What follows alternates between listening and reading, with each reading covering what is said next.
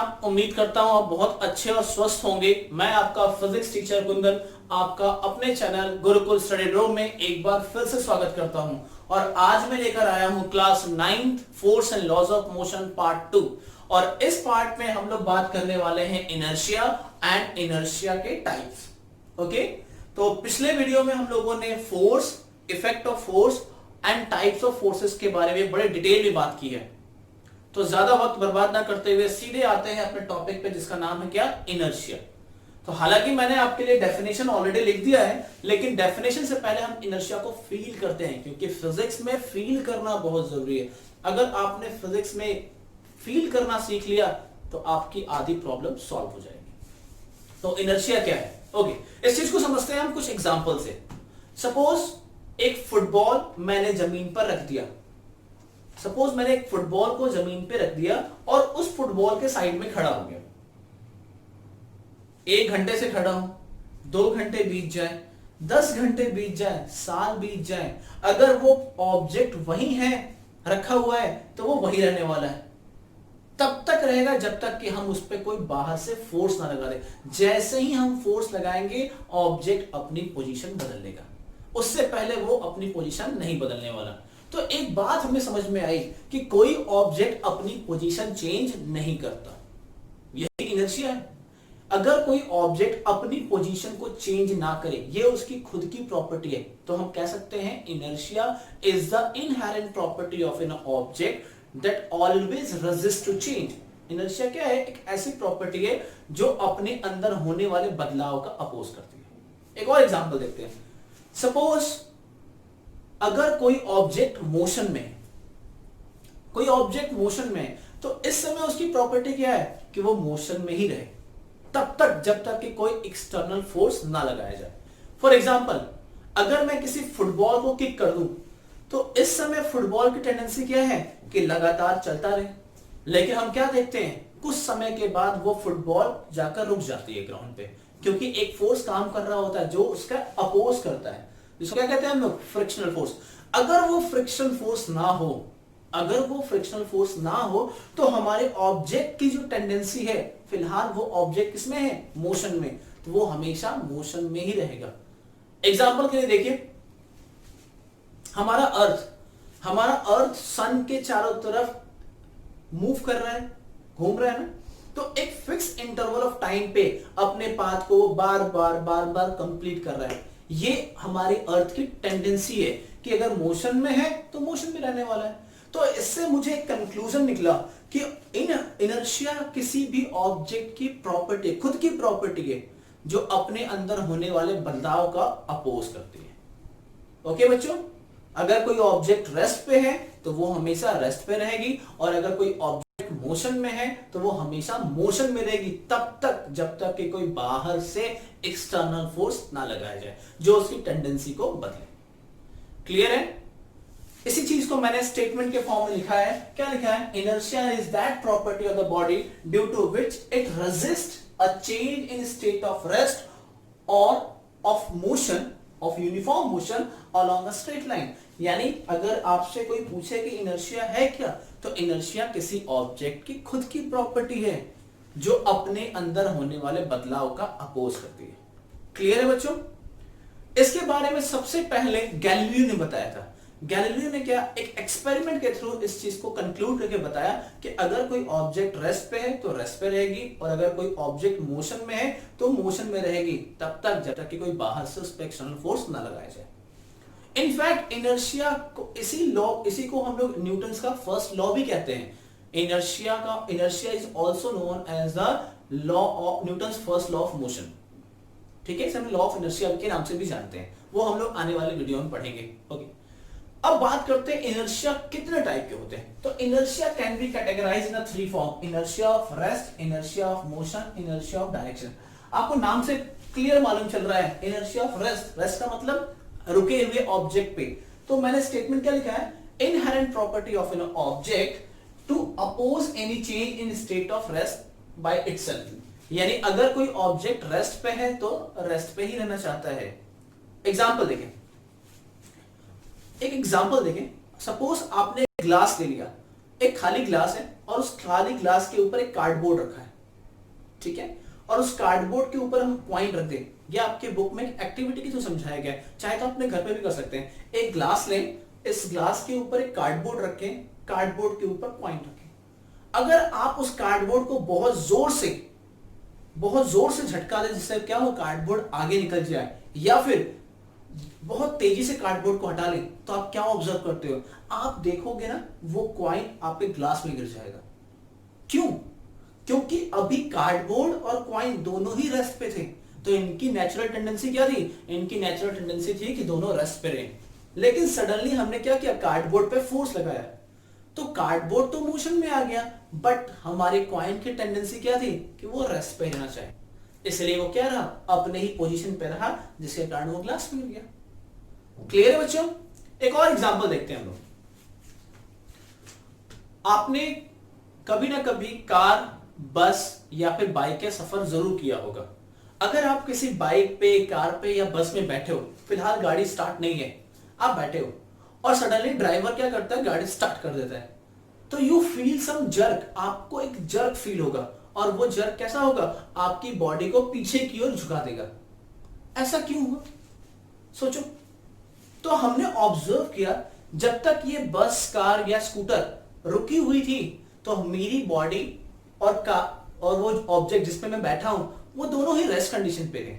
Suddenly मैंने अपनी गाड़ी स्टार्ट कर दी, तो गाड़ी स्टार्ट होने के बाद मोशन में कौन आया, मोशन में वो गाड़ी आई, और मेरी बॉडी का लोअर पार्ट काम क्या हो गया, मोशन में हो गया, but my upper body in still in rest condition.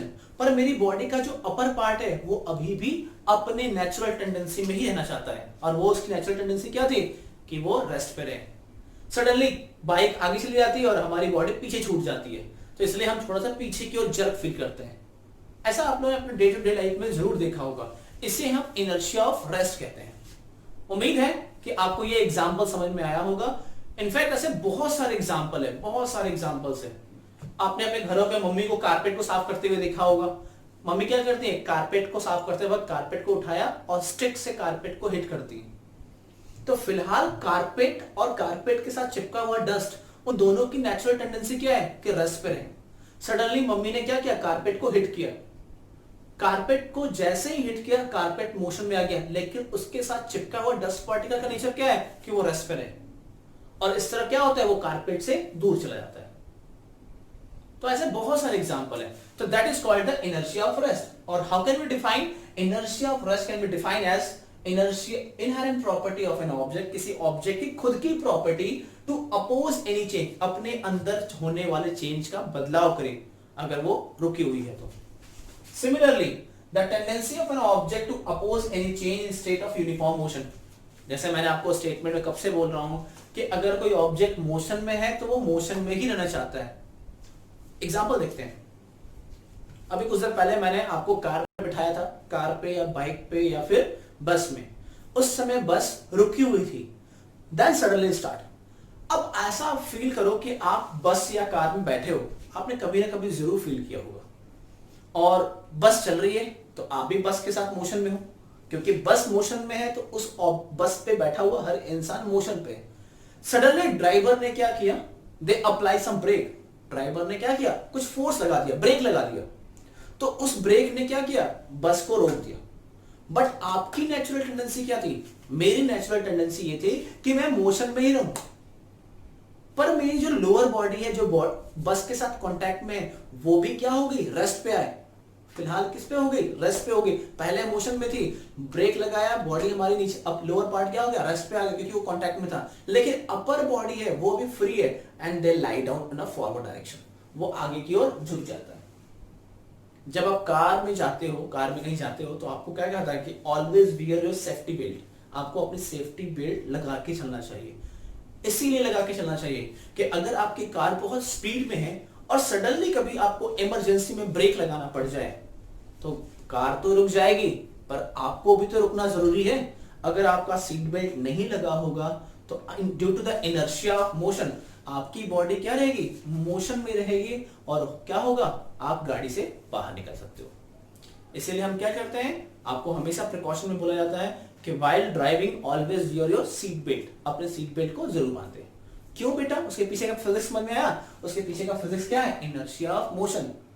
तो अगर कोई ऑब्जेक्ट मोशन में है तो उसकी टेंडेंसी क्या होगी कि मोशन में रहे, तब तक जब तक कि कोई बाहर से एक्सटर्नल फोर्स ना लगाया जाए, तब तक उसकी प्रॉपर्टी में चेंज नहीं होने वाला। क्लियर है बच्चों? लास्ट आता है हमारा इनर्शिया ऑफ डायरेक्शन। अच्छा, आप लोगों ने देखो, फिजिक्स ऐसी चीज है ना जो आप अपने डे टू डे लाइफ में डेली फील करते हो, पर आपको वो पता नहीं था कि इसको क्या कहते हैं। अब देखो, जो अगला एग्जांपल देने वाला हूं आपको बहुत देखा होगा।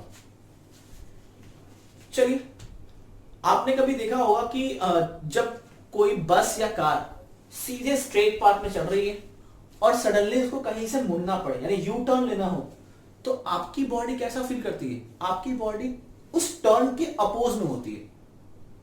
ऐसा फील किया है? अच्छा, देखो कैसे। मान लो कि बस जा रही है सीधे, तो आपकी टेंडेंसी क्या है कि आप सीधे जाएं। सडनली ड्राइवर ने क्या किया? स्टीयरिंग घुमाया। किसकी घुमाई स्टीयरिंग?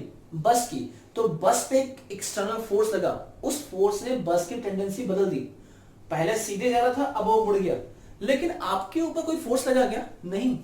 आपकी नेचुरल टेंडेंसी क्या है कि आप सीधे ही जाओगे। बस इधर मुड़ी, आप सीधे जा रहे हो। इस चीज को हम फील करते हैं। एक और एग्जांपल से, आपने बरसात के सीजन में एक चीज देखा होगा, जब आप साइकिल या किसी बाइक के पीछे खड़े होते हैं ना, पीछे होते हो, तो उसके व्हील से कीचड़ जो है सामने की ओर आता है। इसीलिए साइकिल और बाइक के ऊपर क्या लगे होते हैं? Mud guard. क्या कहते हैं उसको? मड गार्ड, जो क्या करता है? मिट्टी से बचाता है सामने वाले को और खुद को भी। क्योंकि अगर कोई मड, कोई मिट्टी जब व्हील के साथ चिपक जाएगी तो व्हील के साथ घूम रही होगी, और जैसे ही वो व्हील को छोड़ के बाहर निकलेगी तो वो टेंजेंशियली क्या होगी? बाहर निकलेगी।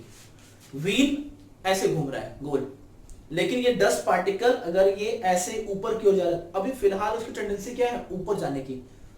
व्हील हमारा आगे की ओर मुड़ रहा है, लेकिन इस पे जो डस्ट है वो ऊपर की ओर जा रहा है, कभी सामने की ओर। तो इसीलिए किसी भी सर्कुलर अगर कोई ऑब्जेक्ट सर्कुलर पाथ में घूम रहा है तो उससे निकलने वाली ऑब्जेक्ट हमेशा कैसी होती है? टेंजेंशियल फॉर्म में होती है।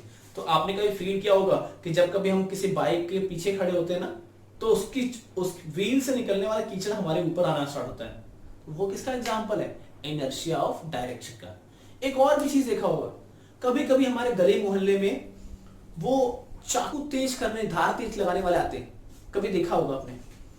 तो जब उनके पास एक व्हील होता है पत्थर का और उसको घुमाते हैं और हमारी नाइफ को उसको साथ टच कराते हैं, तो उससे स्पार्क निकलता है, और वो स्पार्क हमेशा कैसा निकलता है? परपेंडिकुलर डायरेक्शन निकलता है, हमेशा सीधा निकलता है। व्हील का डायरेक्शन गोल राउंड, लेकिन निकलने वाला स्पार्क कैसा होगा? सीधा, हमेशा टेंजेंशियली होगा सर। तो this is the inertia of direction. और इस चीज को हम लोगों ने कैसे स्टेटमेंट में लिखा है? The tendency of an object to oppose any change in its direction of motion. अपने डायरेक्शन में होने वाले चेंज का अपोज करना। यानी अगर इन शॉर्ट देखा जाए तो इनर्शिया क्या है? खुद की प्रॉपर्टी जो अपने अंदर होने वाले अपोज का क्या करती है? हमें अपने अंदर होने वाले अपोज को रोकती है, अपने अंदर बदलाव नहीं चाहती। उसी को हम क्या कहते हैं? इनर्शिया। अच्छा, एक बात और, हाँ, inertia depends on mass. Inertia depends on mass. Inertia किस पे डिपेंड करता है बच्चों? तो इनर्शिया डिपेंड्स ऑन मास। अब इस चीज को हम समझते हैं थोड़ा सा। अगर दो ऑब्जेक्ट हैं, एक मैं और एक मुझसे ही बहुत भारी भरकम आदमी, मैं तो 70 केजी और मान लो मेरे साथ में कोई बंदा है जो 150 किलो का है, और कोई चाहता है कि हम दोनों में बदलाव, हम दोनों में चेंजेस आए। किसी ने हम पे पुश किया, तो जरा बताओ किसकी टेंडेंसी को बदलना इजी है, मुझे या 150 किलो वाले आदमी को? डेफिनेटली जिसका मास ज्यादा होगा उसको बदलना बहुत टफ कम होगा। यानी वो जो ऑब्जेक्ट है वो मुझे बहुत इजीली चेंज कर सकता है, मेरे डायरेक्शन को, मेरे सिचुएशन, मेरे स्टेट को बदल सकता है कम फोर्स लगा के।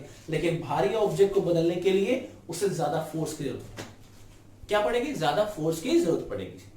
तो इनर्शिया जो है क्या है? अपोज है किसका? अपने अंदर होने वाले बदलाव का। भारी ऑब्जेक्ट तो ज्यादा अपोज, हल्का ऑब्जेक्ट कम अपोज। तो इनर्शिया किस पर डिपेंड करती है? Inertia depends on mass. Inertia किस पर डिपेंड करती है बच्चों? मास पर डिपेंड करती है। जितना ज्यादा ऑब्जेक्ट भारी उतना ही ज्यादा इनर्शिया उतना ही ज्यादा हमें क्या करना पड़ेगा, ज्यादा फोर्स लगाना पड़ेगा। जितना कम ऑब्जेक्ट, कम हैवी ऑब्जेक्ट, उतना ही कम फोर्स लगाना पड़ेगा उसमें बदलाव लाने के लिए। एग्जांपल, एक 5 रुपीज का कॉइन है और एक 1 रुपीज का कॉइन है, किसका इनर्शिया ज्यादा होगा, किसके अंदर बदलाव लाना इजी काम होगा, 1 रुपीज कॉइन में। किसमें बदलाव लाना टफ होगा, 5 रुपीज कॉइन में। ऐसे ही एक टॉय कार और एक सिंपल कार, इन दोनों में अगर मुझे कुछ बदलाव करना होगा, कुछ चेंजेस करने होंगे उसकी स्पीड में या उनकी पोजीशन पे, तो मुझे किस पे ज्यादा फोर्स लगाना पड़ेगा, हैवी वाले कार पे। टॉय कार कम फोर्स लगाकर हम उसको रोक सकते हैं। तो इनर्शिया किस पे डिपेंड करता है बेटा, कई बार आपसे क्वेश्चन पूछा जाता है, inertia depends on which quantity, तो इनर्शिया डिपेंड्स ऑन मास। किस पे डिपेंड करता है बच्चों, मास पे डिपेंड करता है। ओके, तो होप आपको आज की वीडियो समझ में आई होगी। नेक्स्ट वीडियो में हम लोग बात करने वाले हैं मोमेंटम के बारे में, और बड़ा ही प्यारा टॉपिक है। अगर आपको मोमेंटम समझ में आ गया तो समझिए कि आपको न्यूटन का सेकेंड लॉ और कंजर्वेशन ऑफ मोमेंटम भी समझ में आ जाएगा। ठीक है क्लास, तब मिलते हैं नेक्स्ट वीडियो में, तब तक स्वस्थ रहें, सुरक्षित रहें।